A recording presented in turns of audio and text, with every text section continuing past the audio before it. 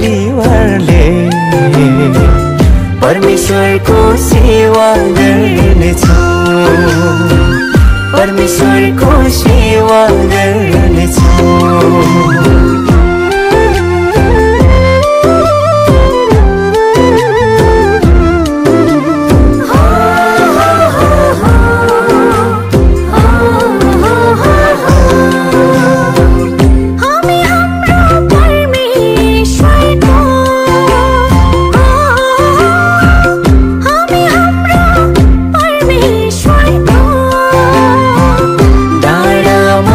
बसालेको सहर जस्तो, डाँडामा बसालेको सहर जस्तो परिवार हुनेछौँ, परिवार हुनेछौँ।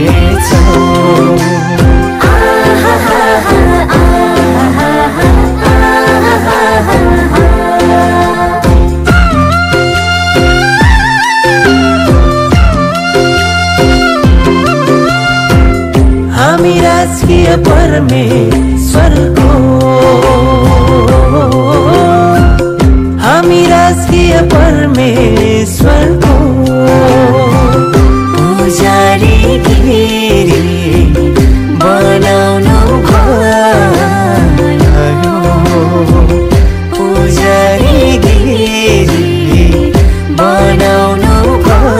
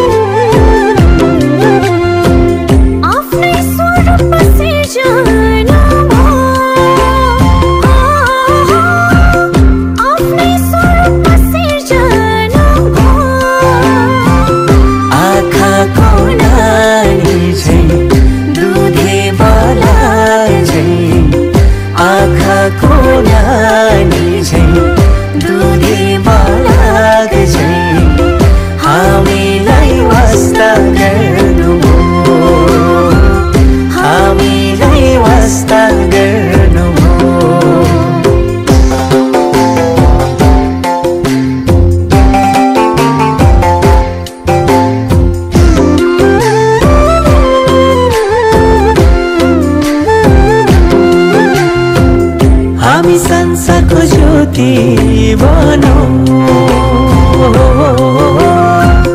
हामी संसारको ज्योति बनौँ। अँध्यारो जीवन जिउनेहरूलाई, अँध्यारो जीवन जिउनेहरूलाई हामी ज्योति दिन सकौँ, हामी ज्योति दिन सकौँ।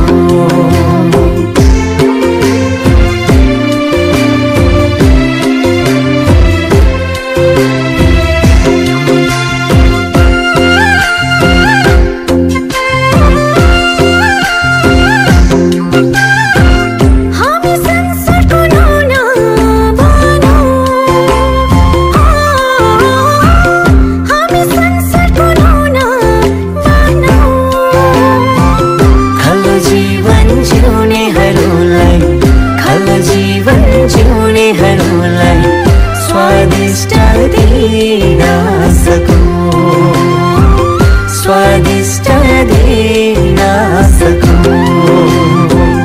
म र मेरो परिवारले, म र मेरो परिवारले परमेश्वरको सेवा गर्नेछौँ, परमेश्वरको सेवा गर्नेछौँ, परमेश्वरको सेवा गर्नेछौँ, परमेश्वरको सेवा गर्नेछौँ।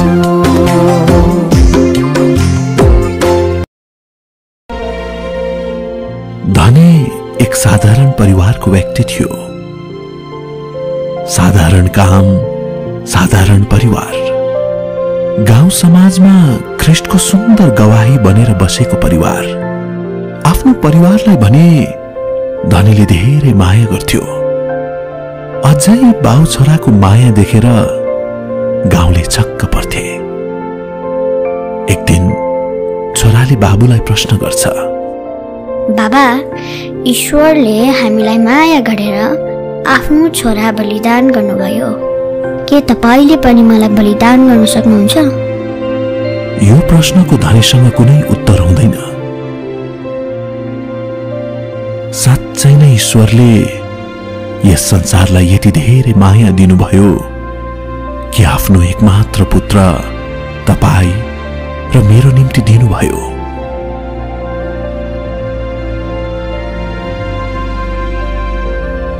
येशूको बलिदान नै हाम्रो लागि जीवन हो।